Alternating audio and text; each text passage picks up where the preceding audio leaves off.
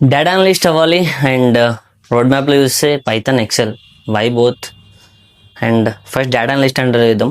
Data analyst వచ్చేసి company historical data and near real time డేటాని తీసుకొని బిజినెస్ని ఎక్స్ప్లెయిన్ చేస్తాడు. Where we are getting sales, where we are getting profits, where we are getting losses and ఈ డేటాను మొత్తాన్ని ఎక్స్ప్లెయిన్ చేస్తాడు. డేటా అనలిస్ట్ అవ్వాలంటే అసలు స్కిల్స్ ఎక్కడెక్కడ ఏజ్ యూజ్ చేస్తారో నేర్చుకున్నాం.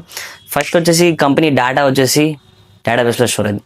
So first he have to interact with the database, so he have to learn SQL to communicate with database. తర్వాత డేటా రిట్రీవ్ చేసిండు, డేటా వచ్చిన తర్వాత వచ్చిన డేటాలో అన్వాంటెడ్ డేటా ఉంటుంది, నాయిస్ ఉంటుంది, అసలు డేటా క్లియర్గా ఉంటుంది. సో నువ్వు దాన్ని క్లీన్ చేయాలంటే ఎక్సెల్లో చేయొచ్చు, పైథాన్లో చేయొచ్చు. సో ఇక్కడ పెద్ద డౌట్ ఏంటంటే ఎక్సెల్ చేయాలా, పైథాన్ ఏది నేర్చుకోవాలి.